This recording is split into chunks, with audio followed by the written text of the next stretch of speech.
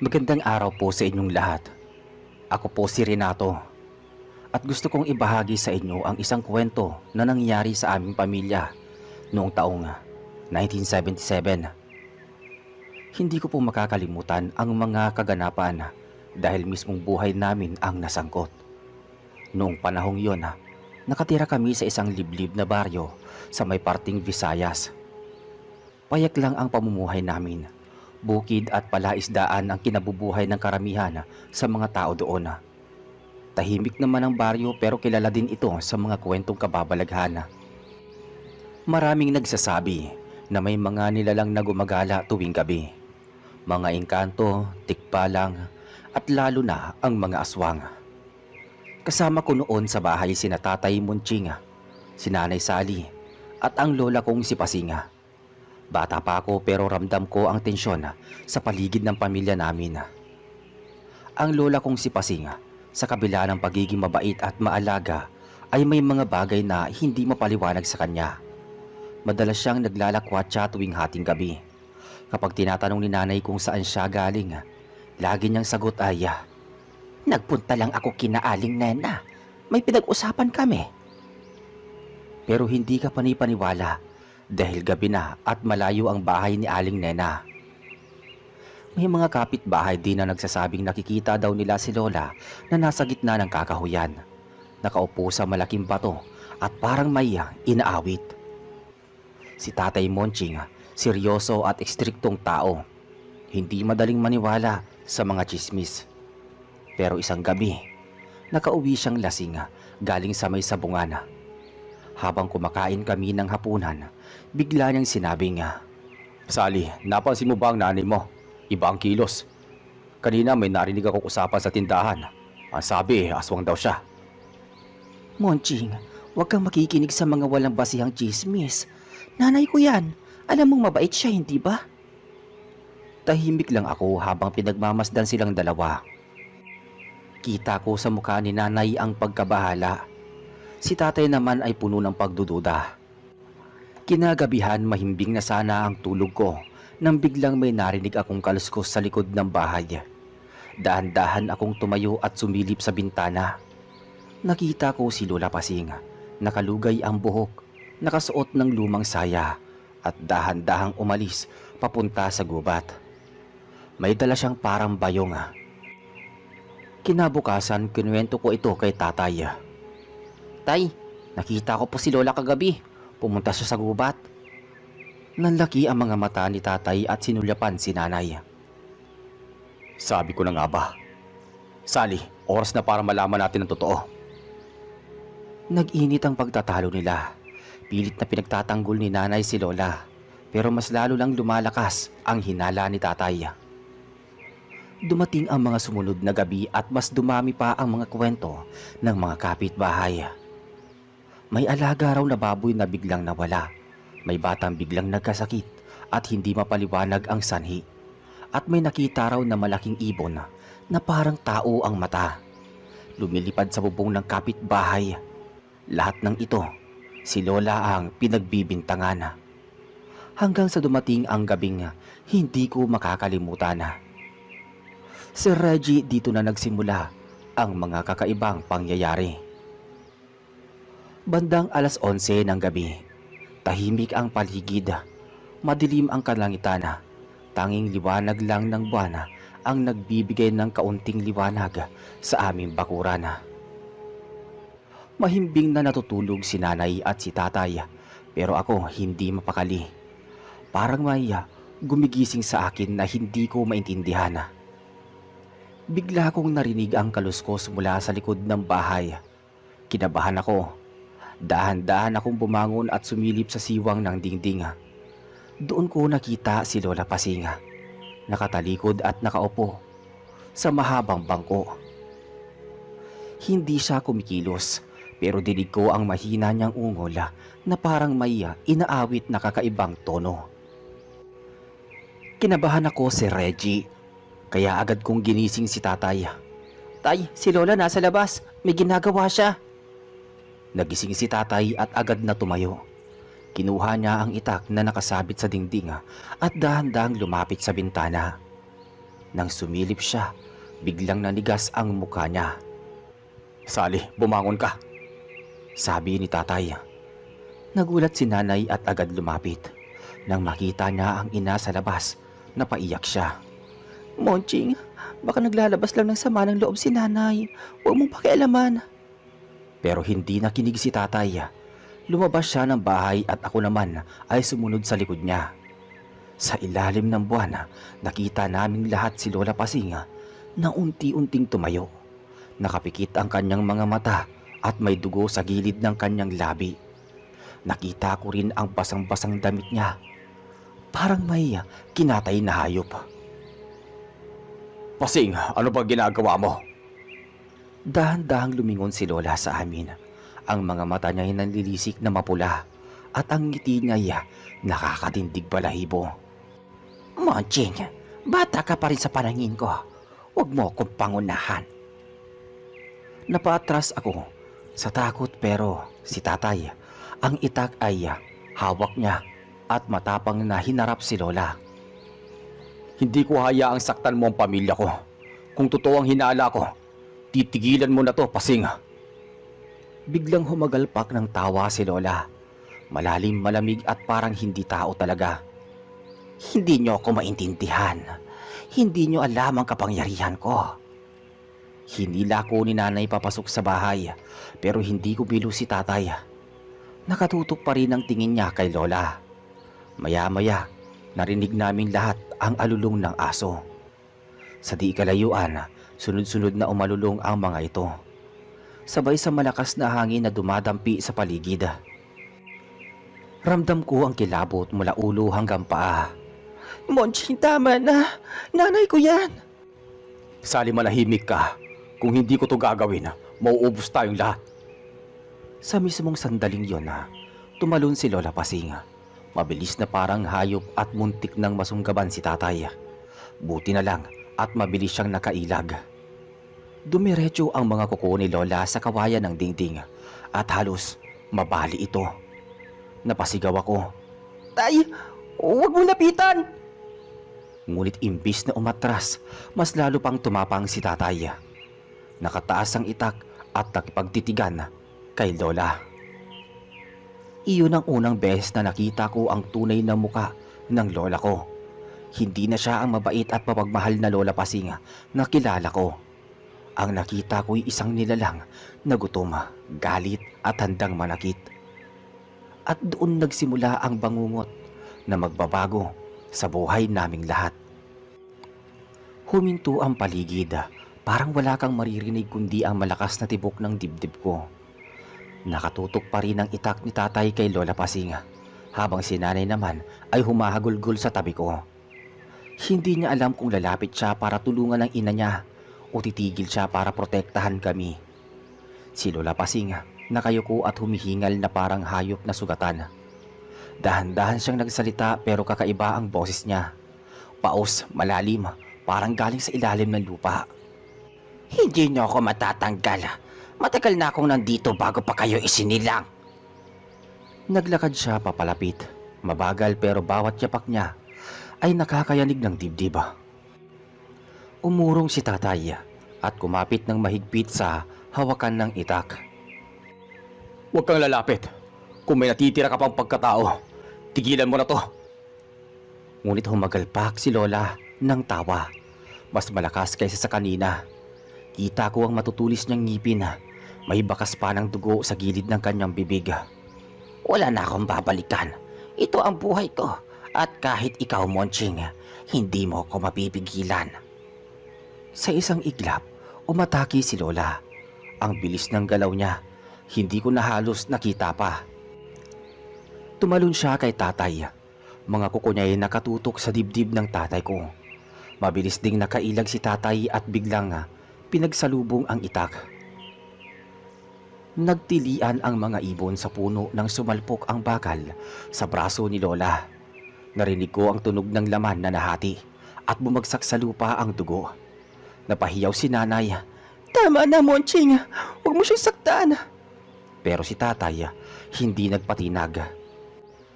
Habang dumadaloy ang dugo mula sa sugat ni Lola, Mas lalo pa itong naging mabangis. Nilundag niya ulit si tatay pero ngayon ay handa na si tatay. Pinagdikit niya ang dalawang kamay sa hawakan ng itak at buong lakas na inunday si Lola. Tumama ang patalim sa balikat nito at umalingaw-ngaw ang nakakatindig balahibong hiyaw ng isang nilalang na hindi tao. Nanginig ako sa takot, nagtago ako sa likod ni nanay, pero kita ko pa rin kung papaano naglalaban si tatay at si Lola. Tay, tama na po. Baka mamatay siya. Sigaw ko, ngunit hindi nakikinig si tatay. Parang buong galit niya ay ibinubuhos sa bawat palo ng itak. Si Lola sa halip na bumagsak, mas lalo pang lumakas. Nakita kong kumislap ang mga mata niya na nagdilim at mapula. At halos masunog ang kaluluwa ko sa titig niya. Hindi niyo ako mapapatay. Bigla siyang tumalon pataas at sa loob ng ilang segundo para bang lilipad siya. Kumapit siya sa bubong ng bahay at mula doon ay tumingin siya pababa sa amin. "Pasing bumaba ka dyan, harapin mo ko!" sabi ni tatay. Hindi kumibo si Lola. Sa halip, ngumiti siya at muling humagalpak ng tawa. Pero bigla siyang sumugod ulit mula sa bubong pababa kay tatay. At doon na nagsimula ang pinakamagdugong engkwentro ng buhay namin. Sa bubong, biglang bumagsak si Lola Pasing pababa kay tatay. Ang bilis niya parang anino lang na dumaan sa hangin. Napasigaw si nanay at napayakap sa akin. Pero si tatay matibay ang tindig. Hawak pa rin ng itak, handa sa pagsalag. Pagbagsak ni Lola, sumalpok sila ni tatay sa lupa. Gumulong sila sa damuhan at halos mabitawan ni tatay ang hawak na itak. Kita ko ang muka ni Lola, nangangasima, nanlilisik ang mga mata at bukas ang bibig na parang kakagatin si tatay. "Umalis ka, Pasing! Wala kang karapatang malakit ng pamilya ko!" Ngunit sumagot si Lola habang pilit na sinasakal ang leeg. Hindi mo ako mapipigilan. Matagal na akong gutom. Kumurap lang ako at nakita kong halos tumama na ang ngipin ni Lola sa balat ni tatay. Sa huling segundo, naiangat niya ang itak at naitulak palayo si Lola. Umagos ang dugo mula sa braso ni tatay. Kinagat siya ng matutulis na kuko. Napasigaw si nanay. Monching, tigilan mo na. Baka mamatay ka. Pero hindi na nakinig si tatay. Mabilis siyang tumayo, halos duguan ang kamay at muling tinaas ang itak. Lumapit siya kay Lola na gumagapang pa sa lupa. Ako naman nanginginig na nakatingin. Hindi ko alam kung matatakot ako sa tatay ko o sa lola ko. Tay, huwag mo siyang papatayin. Lola ko siya. Narinig ako ni tatay pero hindi niya ako nilingon. Ang mga mata niya puno ng galit at takot. "Anak, wala na siya sa isip niya. Hindi na siya tao," sabi ni tatay. Sa sandaling yun biglang nag-iba ang ihip ng hangin. Narinig naming lahat ang mga aso na muling umanulong. Sabay ang kakaibang pagaspas ng pakpak mula sa kakahuyan. Parang may malalaking ibon na lumilipad, paikot-ikot sa itaas namin. Napatakip ako sa tenga nang marinig ang sabayan ng huni at sigaw. At nang lumingon ako kay Lola, nakita kong dahan-dahan siyang tumayo. Ang sugat niya sa balikat ay bumubula ng dugo, pero nakangiti pa rin siya. Monching, kahit patayin mo ako, hindi mo matatanggal ang sumpa. Napatras si tatay. Kita ko ang panginginig ng kanyang kamay. Pero sa huling pagkakataon sumugod muli si Lola. Nakataas ang matatalim na kuko. Nakabuka ang bibig na parang babangasan si tatay. Doon na nagpasya si tatay. Buong lakas niyang inundayan ng itak. Mula sa balikat pababa sa dibdib si Lola. Umalingaw-ngaw ang isang matinis na hiyaw na parang hindi talaga tao ang tunog. Ang katawan ni Lola ay napaluhod, nanginginig at dahan-dahang bumagsak sa lupa. Natahimik ang paligid. Ang mga aso'y tumahimik at ang mga ibon na lumilipad ay biglang naglaho. Si nanay ay napahagulgol, napaluhod sa tabi ng ina. Ako naman, halos hindi makagalaw sa kinatatayuan. Nanay, bakit mo nagawa to? Si tatay hawak pa rin ang duguang itak. Habol ang hininga at dahan-dahang lumapit sa amin. Wala akong magagawa kung hindi ko to ginawa. Tayo ang mawawala. Sir Reggie, iyon ang gabing mismong tatay ko ang pumatay sa lola kong aswang. Pero hindi pa doon natapos ang lahat dahil may iniwang takot at sumpa na hindi nawala kahit ilang taon ang lumipas. Nakahandusay sa damuhan ang katawan ni Lola Pasing. Duguan at wala ng buhay. Ang itak ni tatay ay nakabaon sa lupa. Nanginginig ang kamay niya habang pinagmamasdan ang ginawa niya. Si nanay naman nakaluhod sa tabi ng bangkay ng kanyang ina. Humahagulgol ng malakas. Ako hindi ko alam kung anong mararamdaman ko. Bata pa ako noon pero malinaw sa isip ko ang lahat ng nakita ko. Ang lola kong minahal ko, ang lola kong nag-alaga sa akin, siya rin pala ang kinatatakutan ng buong baryo. At ang tatay ko mismo, ang pumatay sa kanya. Kinabukasan, kumalat ang balita sa buong baryo. Halos lahat ng kapitbahay ay dumating sa bahay namin. May ilan na tahimik lang, nakamasid pero karamihan ay nagbubulungan. Totoo pala, aswang nga si Pasing, sabi ng kapitbahay na isa. Buti na lang at natigil na. Kung hindi baka marami pa siyang mapipinsala. Dagdag ng isa pang kapitbahay. May ilan din namang hindi makapaniwala kasi kilala nila si Lola bilang matulungin at mabait na tao. Pero ang mga chismis tungkol sa kanya, iyon ang napatibay na sa paniniwala ng karamihan. Naging mabigat ang libing ni Lola. Sa sementeryo ng baryo, halos kakaunti lang ang tumulong maglibing. Karamihan ay natatakot lumapit sa kabaong. Baka raw bumangon pa ito at sundan ng sumpa sila. Habang nakatayo ako sa gilid ng hukay, hawak ang kamay ni nanay, naramdaman ko ang panginginig niya. Hindi siya nagsasalita pero alam kong galit siya kay tatay. Galit dahil pinatay niya ang sariling ina. Pero alam din niya na wala ng ibang paraan. Pagkatapos ng libing, bumigat ang hangin sa bahay namin. Sa bawat gabi, ramdam ko na parang may nakatitig. Lalo na kapag hating gabi, bigla na lang hahampas ang hangin sa bubong o kaya ay maririnig ang kaluskos ng mga paa sa labas. Minsan habang natutulog kami, nagising ako dahil narinig ko ang boses ng babae sa may kusina. Mahina lang pero malinaw. Renato, apo ko. Parang boses ni Lola yun. Napahiga ako at nagtulakbong ng kumot. Hindi ko sinasabi kina nanay at tatay. Natatakot akong isipin nilang bultuhin pa kami ni Lola. Lumipas ang ilang linggo, mas naging malamig ang samahan sa bahay. Si nanay bihira ang kausapin si tatay.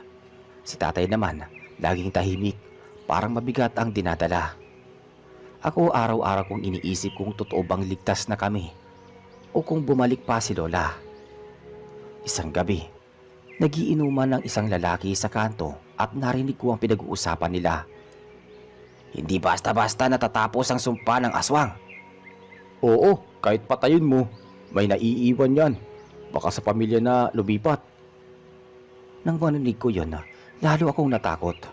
Doon ko naisip na baka nga may iniwang sumpa si Lola at baka ako ang susunod na madamay. Sir Reggie, akala ko noong nailibing na si Lola Pasing ay tapos na ang lahat. Pero doon pa lang pala nagsisimula ang tunay na bangungot. Makalipas ang 2 linggo matapos ang libing, napansin kong mas lalo akong nagigising tuwing hating gabi. Parang may malamig na hangin na laging dumadaloy sa kwarto ko. Unay iniisip ko na baka dala lang ng takot o imahinasyon ko. Pero isang gabi, may narinig akong mahinang kaluskos sa ilalim ng papag ko. Renato, apo ko, huwag ka matakot. Nanlaki ang mga mata ko. Boses iyon ni Lola. Gusto kong sumigaw pero natuyo ang lalamunan ko. Imbis na lumabas, mas lalo pa akong nagkubli sa kumot. Nararamdaman kong may malamig na kamay na dumadampi sa gilid ng papag. Kinabukasan naman, sinabi ko ito kay nanay. Nanay, narinig ko si Lola kagabi. Tinatawag niya ako. Biglang napaiyak si nanay. Renato, Huwag mo sabihin yan kay tatay. Baka mas lalo tayong mag-away. Pero anak, baka multo lang siya. Baka gusto niyang magparamdam lang. Pero hindi ako nakontento sa sagot ni nanay. Sa bawat gabi, paulit-ulit kong naririnig ang boses ni Lola.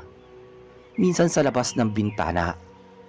Hindi ko maalala kung papaano ako nakalabas doon. Renato, bakit ka nandito? Anong ginagawa mo? Nagulat ako at natauhan. Tay, tinatawag ako ni Lola. Naririnig ko siya. Nang marinig iyon ni tatay, nanlaki ang mata niya. Hinila niya ako pabalik sa bahay at halos sigawan ako. Wala kang narinig. Hindi na siya tao. Kung tatawagin ka ulit, huwag kang lalapit. Anak, tandaan mo, hindi na siya ang lola mo. Pero paano ko kakayanin? Kung gabi-gabi kong naririnig ang boses niya, hindi lang basta boses, minsan naaamoy ko pa ang paborito niyang nilaga. Minsan naman, parang ramdam ko ang haplos ng kamay niyang dati, laging nag-aalaga sa akin. Dumating ang punto na pati si nanay ay nagsimula ng makaramdam. Isang madaling araw, nakita ko siyang nakaupo sa harap ng altar, umiiyak habang nakatitig sa larawan ni Lola. Nanay, kung nandito ka pa, patawarin mo po kami. Hindi namin ginusto ito. Sabi ni Nanay Sally. Nang gabing yun, bigla na lang kumalabog ang bubong namin. Parang may mabigat na nilalang na naglalakad sa taas. Ang mga aso sa paligid ay sabay-sabay na umalulong. At sa dilim, narinig naming tatlo, ako, si nanay at tatay, ang malalakas na tawa ni Lola. Hindi iyon gunugini, kundi basta alaala.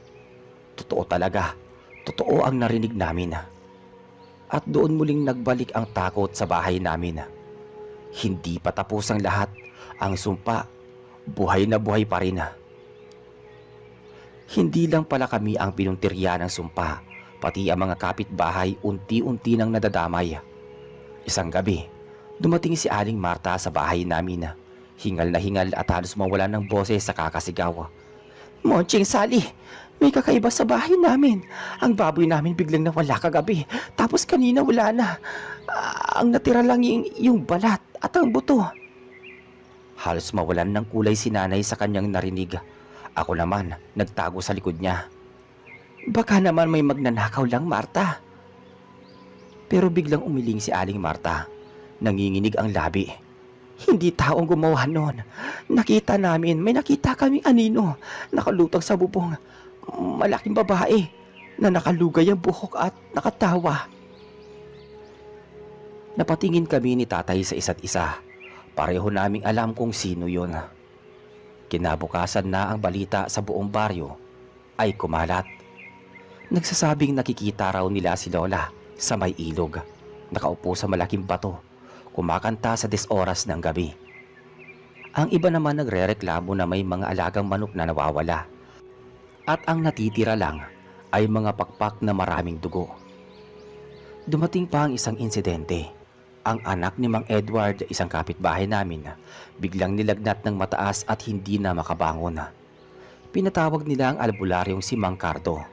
Habang nag-aalay ito ng dasal at ritual, bigla raw napapasigaw ang bata. Hindi niyo ako mapapalayas. Akin siya. Sabi ng bata na paos ang boses. Mismong boses ni Lola ang lumalabas sa bata. Lahat nandoon.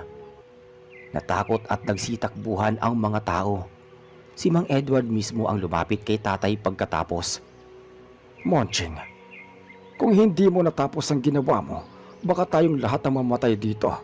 Bakit mo pa inilibing ang bangkay niya? Dapat sinunog mo. Tahimik lang si tatay pero kita ko ang bigat sa mga mata niya. Alam niyang hindi pa tapos ang laban. Pag uwi namin, kinausap ako ni tatay habang nakaupo kami sa hagdan ng bahay. Renato anak, tandaan mo, huwag kang sasagot kapag narinig mo ulit ang boses niya. Kahit tawagin ka niya, kahit umiiyak siya, huwag kang lalapit. Kasi kapag sumagot ka, ibig sabihin tinatanggap mo na siya. Tumango lang ako pero sa loob-loob ko, mahirap gawin yun. Paano ko siya babaliwalain kung mismo lola ko ang tumatawag sa akin? Kinagabihan, Muli kong nagising sa lamig at gaya ng dati, narinig ko ulit ang tinig niya. Renato, apo ko, halika rito. Hindi kita sasaktan. Para akong hinihila palabas ng bahay. Halos tumayo na ako sa papag pero naalala ko ang bili ni tatay. Pilit kong hindi sumagot. Kahit nanginginig ako sa takot. Maya-maya biglang may malakas na kalabog sa bubong na naman. Kasunod ang matinis na tawa. Nagising si tatay at dali-daling kinuha ang itak. Lumabas siya ng bahay at tumingin sa dilim. Pero wala siyang nadatnan maliban sa malamig na hangin at sa mga asong ulol na halos mabaliw sa kakakahol. Kinabukasan muling may nadamay. Si Mang Edward mismo ang nakakita raw ng malaking nilalang na nakadapa sa bubong ng kanilang bahay. Nang batuhin niya, bigla itong lumipad palayo at sa liwanag ng buwan, malinaw nang nakita ang muka ni Lola Pasing. Doon na nagsimula ang pagpapasya sa taong baryo. Hindi na sila makapaghintay at isang gabi pinuntahan si tatay ng mga lalaki, dala ang mga sulo at barila. Munching, hindi ka na pwedeng tumahimik. Dapat tapusin natin to. Kung hindi, buong baryo ang mamamatay. Sama-sama ang halos lahat ng kalalakihan sa baryo. Ang iba ay may dalang gulok, ang ilan ay may baril na di kalibre 22 at karamihan ay may mga sulo. Ang itsura nila parang mga mandirigma pero bakas sa muka ang takot. Si tatay nakaupo sa bangkito habang pinapaliwanag ng mga lalaki ang plano nila. Munching, kung hindi natin to tatapusin, baka anak na namin ang susunod. Hindi tayo makakatulog ng payapa. Lahat tayo, pati pamilya mo, delikado.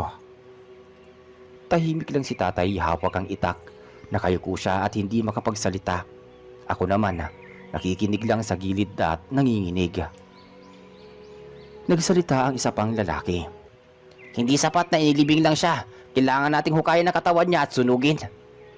Doon ko naramdaman na parang may malamig na hangin na dumaan sa loob ng bahay namin at sabay-sabay na nagpatay sindi ang lampara. Nay, patawarin mo kami, sabi ni Nanay Sally, pero biglang bumagsak mula sa kisame ang isang malaking daga. Tumalon sa mesa at saka tumakbo palabas. Lahat kami napasigaw. Kinabukasan, maaga pa lang, sama-sama kami nagpunta sa libingan. Dala nila ang mga pala at kerosina. Ako pinilit na hindi umiyak. Nasa gilid lang ako, kapit kay Nanay Sally. Pagkahukay nila sa kabaong, hindi na bangkay ang nakita namin. Nakatayo sa loob ng hukay ang katawan ni Lola. Nanlilisik ang mga mata at nakangisi. Mga walang utang na loob. Ako ang nagpalaki sa inyo tapos susunugin niyo ako. Naguunahan sa atras ang mga lalaki, pero hawak ni tatay ang itak at humakbang sa harap. Pasing, tigilan mo na to. Hindi ikaw to. Aswang ka na. Bigla siyang tumawa ng malakas, sabay tumalon palabas ng hukay. Ang bilis niyang gumalaw, parang hangin. Isang lalaki agad ang sinunggaban niya, at bago pa makalapit ang iba, kita ko mismo kung papaano niya sinipsip ang leeg nito. Sigawan ng lahat, yung iba nagtakbuhan, yung iba naglakas loob at pinagahampas siya ng gulok at itak, pero hindi tinatablan. Ako nakatayo lang nanginginig, gustong sumigaw pero wala akong boses na lumalabas. Nang akmang lalapit na siya sa akin, biglang pumutok ang baril ni Mang Edward. Tinamaan siya sa balikat. Napatras si Lola at napapasigaw. Sunugin na natin, bilisan ninyo! Itinali nila si Lola gamit ang lubid na may bawang at asin. Nagpupumiglas siya pero nang buhusan ng kerosene at sinindihan ng sulo, sumambulat at dumagablab ang apoy. Hanggang ngayon dinig ko pa ang sigaw niya. Hindi sigaw ng isang halimaw kundi isang matandang babae na parang nasasaktan. Renato, apo ko, tulungan mo ako, sabi ni Lola Pasing. Gusto kong kumawala at tumakbo sa kanya pero mahigpit ang hawak ni nanay sa kamay ko. Halos mapatid ang hininga ko sa iyak. Habang unti-unting natutupok ang katawan ni Lola. Maya-maya may umalingaw-ngaw na malakas na hangin at sabay-sabay na Nahimatay ang mga kalalakihan. Nang bumalik ang katahimikan, abo na lang ang natira. Umiiyak si tatay nakaluhod sa lupa. Patawarin mo ko. Wala akong magawa. Kinabukasan kumalat ang balita. Wala nang nawawalang alaga. Wala nang aninong nagliliparan sa bubong. Bumalik na sa normal ang baryo pero hindi nawawala ang takot sa puso namin. Lumipas ang mga araw, tila bumalik sa normal ang baryo. Wala nang mga aninong dumadaan sa bubong. Wala nang alagang hayop na nawawala. At wala nang batang nilalagnat ng misteryoso. Pero sa bahay namin, ramdam pa rin ang bigat. Si Tatay Munching halos hindi makakain. Lagi siyang nakatulala, nakaupo sa ilalim ng puno ng mangga sa tapat ng bahay. Madalas niyang hawak ang kanyang itak pero hindi niya na ito ginagamit. Para bang napako ang isip niya sa gabing sinunog nila si Lola Pasing. Munching, kumain ka na. Paano tayo mabubuhay ng bata kung ganyan ka? Sabi ni nanay. Hindi siya sumasagot, tumatango lang. Ako naman gabi-gabi pa rin na nagigising. Hindi na boses ni Lola ang naririnig ko pero sa tuwing ipipikit ko ang mga mata ko, bumabalik sa alaala ko ang mukha niya habang nasusunog at sigaw niya na tinatawag ang pangalan ko. Minsan habang nag-iigib ako ng tubig sa poso, may lalaking lumapit. Siya si Mang Cardo, yung albularyo na minsan ding nilapitan nila. Renato Apo, matapang ang tatay mo. Pero dapat mong tandaan, hindi basta nawawala ang tugo ng isang aswang. Kapag sinunog, natatapos ang katawan. Pero ang alaala, nananatili sa dugo ng pamilya. Parang binuhusan ako ng malamig na tubig. Hindi ko alam kung anong ibig niyang sabihin pero hindi ko na tinanong kasi natatakot ako sa isasagot. Makalipas ang ilang linggo, napansin namin na madalas na napapanaginipan ni tatay si Lola. Madalas siyang napapasigaw sa gabi. At paggising niya, pawis na pawis siya at hingal na hingal. Isang gabi umupo ako sa tabi niya. Tay, wala na si Lola, di ba? Matagal siyang tumingin sa akin bago sumagot. Wala na, pero nasa alaala natin siya, anak. At kahit anong gawin ko, ako pa rin ang pumatay sa nanay ko. Hindi ko alam kung anong sasabihin ko noon. Bata pa ako pero naiintindihan ko ang bigat na dinadala niya. Sa baryo naman, kahit wala na si Lola, iba ang tingin sa amin ng mga tao. Parang may layo, parang may hiya o takot. Ang iba hindi na nagpupunta sa bahay namin. Ang mga bata iniiwasan akong kalaro. Minsan narinig ko pa ang isang alin na habang bumibili sa tindahan. Ay, yung apo ni Pasing, baka may lahi din yan. Para akong sinaksak sa dibdib. Umuwi ako noon na umiiyak. Sinabi ko yun kay nanay. Nay, aswang din daw ba ako? Iyakap lang ako ni nanay ng mahigpit. Hindi anak, hindi ka aswang, tao ka. At kahit anong sabihin nila, anak ka namin. Pero si Reggie kahit paulit-ulit kong naririnig na hindi ako aswang, sa bawat tingin ng tao, sa bawat bulungan sa likod ko, parang natatak na yung pangalan ni Lola sa akin. Minsan habang naglalakad ako sa bukirin, may narinig akong boses sa hangin. Hindi kasing lakas ng dati pero malinaw. At ang sabi, Renato, apo ko. Napalingon ako pero wala akong nakita. Tumingala ako sa langit at doon ko napansin na eksaktong araw ng pagkasunog niya. Akala namin unti-unti nang matatapos ang lahat pero mali pala. Kasi noong sumapit ang unang taon ng pagkamatay ni Lola Pasing, nagsimula na namang mangyari ang mga bagay na hindi mapaliwanag. Noong gabi ng anibersaryo ng kanyang pagkasunog, umihip ang hangin ng kakaiba. Sa ilalim ng buwan, nakita ko ang isang aninong nakatayo sa gitna ng bakuran. Nakalugay ang buhok, putol-putol ang katawan pero nakangiti. Munching, anak ko, bakit mo ako pinatay? Boses ni Lola. Si tatay parang naistatwa. Hawak niya ang itak pero nanginginig ang kamay. Tigilan mo na to. Hindi ikaw yan, halimaw ka na. Sabi naman ni tatay. Ako pa rin ito, anak. Ina mo. At hindi mo matatapos to. Kahit sinunog niyo ako, hanggang sa dugo niyo buhay ako. Biglang lumakas ang hangin. Halos madapa si tatay. Lahat ng sulo sa paligid, sabay-sabay namatay. Ang naiwan lang, liwanag ng buwan. Nakita ko mismo, lumapit si Lola kay tatay. Hindi na siya mukhang tao. Ang mata niya'y puro puti. Ang bibig niya'y umaagos ng dugo. "Munching, bumalik ka na rito!" sabi ni Nanay Sally. Pero hindi gumalaw si tatay. Nangakmang hahawakan na siya ni Lola, biglang tumakbo si Mang Edward dala ang bote ng asin at bawang. Binuhusan niya ito sa lupa. Pinalibutan sila ni tatay. Umungol ng malakas si Lola, parang aso na nasugatan. Hindi ka na welcome dito, Pasing. Tapos ka na. Nangangalit si Lola sabay naglalaho na lang bigla sa hangin. Parang usok na tinangay ng hangin.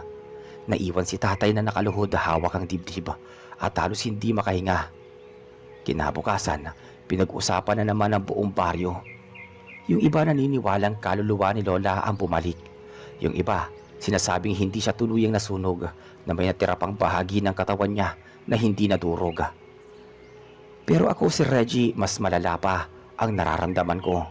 Kasi noong gabing yun bago siya maglaho, tumingin siya ng diretso sa akin at nakita ko mismo sa bibig niya ang pagbigkas ng pangalan ko. Hanggang ngayon dinadala ko pa rin yung tanong na hindi ko kayang sagutin.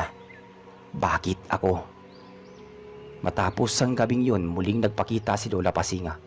Hindi na naging payapa ang mga sumunod na linggo. Halos lahat ng tao sa baryo ay may takot na sa bawat paglubog ng araw. Ang iba nagbabantay gamit ang mga sulo. Ang iba na may hindi na lumalabas ng bahay kapag gabi. Si Tatay Monching halos hindi na natutulog. Madalas siyang nakaupo sa may bintana, nakatanaw sa dilim habang hawak ang itak. Isang araw, Monching, hindi tayo umasa na lang sa pagkawala ni Pasing. Kailangan magpatawag tayo ng mas malakas na albularyo. Kung hindi siya, isang araw isa na naman sa atin ang madadamay. tahimik lang si tatay pero halata sa kanya na sang-ayon siya. Kinabukasan dinala nila sa baryo ang albularyong si Santi. Galing sa kabilang bayan, kilala daw ito nakakapagtaboy ng mas maraming masasamang espiritu kaysa kay Mang Cardo. Kung hindi natupok ang puso, mananatili ang koneksyon niya sa mundo. At lalo na tinatawag niya na ang pangalan ng apo, may paboritong sisilungan siya. Wika ni Albularyo Santi. Lumingon siya sa akin, doon ko naramdaman ang bigat sa dibdib ko. Para bang ako ang sunod niyang kukunin. Gabi ng ikalawang ritual, lahat ng tao sa baryo nagtipon sa libingan. Nakapalibot kami, dala ang mga sulo. Si tatay at si Mang Edward nasa harap hawak ang kanilang mga baril at itak. Habang dinadasalan ni Albularyo Santi ang lupa, biglang lumakas ang hangin.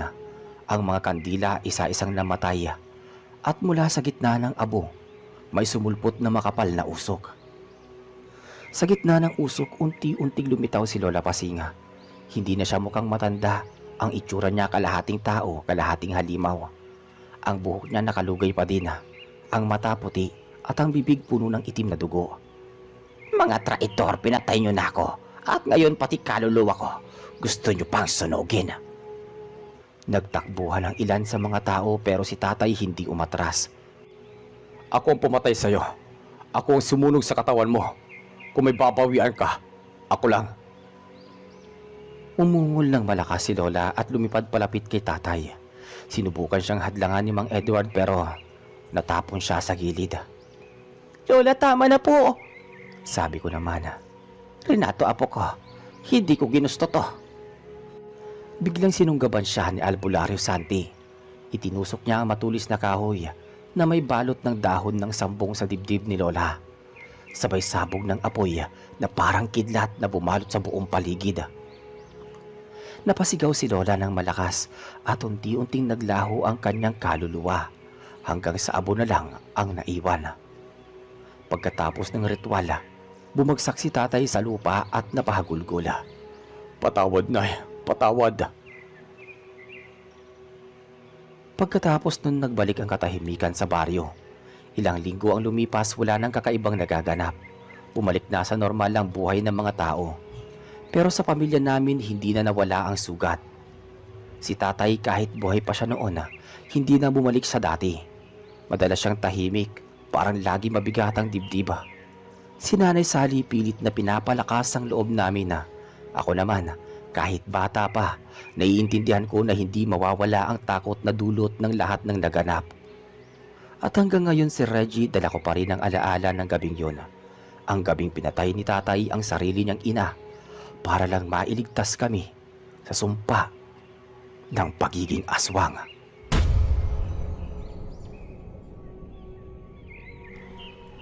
At dito po natatapos ang ating kwento.